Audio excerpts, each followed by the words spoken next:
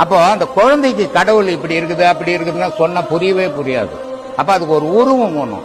கோவில்கள்ல வச்சுக்கிற உருவமே மனிதன் உருவம் தான்.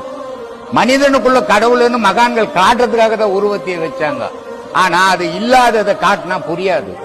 அதனால ஒரு சிலையை வச்சு கோவில காட்டி இது கடவுள், இது நம்மளை விட உயர்ந்தது, இதுதான் நம்மளை வாழ வைக்குது அப்படின்னு குழந்தையிலிருந்து சொல்லி கொடுத்தாதான் பக்தி ஊறும் மனசுல. அதுக்காக கோவில்கள் கட்டினது.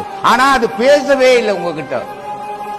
நீங்க இவ்வளவுண்டா இருக்கும்போது கும்பிட ஆரம்பிச்சுங்க, இப்ப இவ்வளவு உயரம் ஆயிட்டுங்க, அது அங்கேயே தான் இருக்குது, அவ்வளவே தான் இருக்குது. அப்போ சிந்திக்கணும். அதனால்தான் இந்து மதம் மாதிரி புனிதமான மதம் உலகத்துல எந்த மதமும் கிடையாது. ஆனா இந்து மதத்தை வளர்க்கறதுக்கு ஆளு கிடையாது. இந்து மதத்துல பிழப்பு நட்ட ஆரம்பிச்சுட்டான். அதனால இந்து மதம் கெட்டு போச்சு. காசு கோசம் இந்து மதத்தை விற்கிற அளவுக்கு போயிட்டானுங்க. இந்து மதம் மாதிரி புனித மதம் உலகத்துல எந்த மதமும் கிடையாது. எல்லா மதம் போய் படிச்சுட்டு வர மதம் தான். இந்து மதத்துல தான் கும்பிடுற மதம். இந்து வாரத்துல ஒரு நாள் கண்டிப்பா கோவிலுக்கு போறதுன்றது கண்டிப்பான பழக்கமா வச்சுக்கணும். அங்க போறதால சாமிக்கு எதுவும் பெருமை கிடையாது, நமக்கு நன்மை.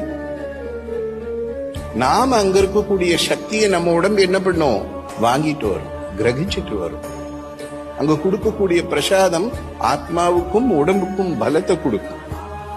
அதனால கோவிலுக்கு போறத பழக்கமா வச்சுக்கிட்டு ஒரு 10 நிமிஷம் அங்க உட்கார்ந்து தியானம் பண்ணி அங்க கொடுக்கக்கூடிய பிரசாதத்தை பொக்கிஷமா கொண்டு வந்து வீட்டுல வச்சு அதை நாம தினந்தோறும் வச்சுக்கும் பொழுது அமைதி, ஆரோக்கியம், சந்தோஷம்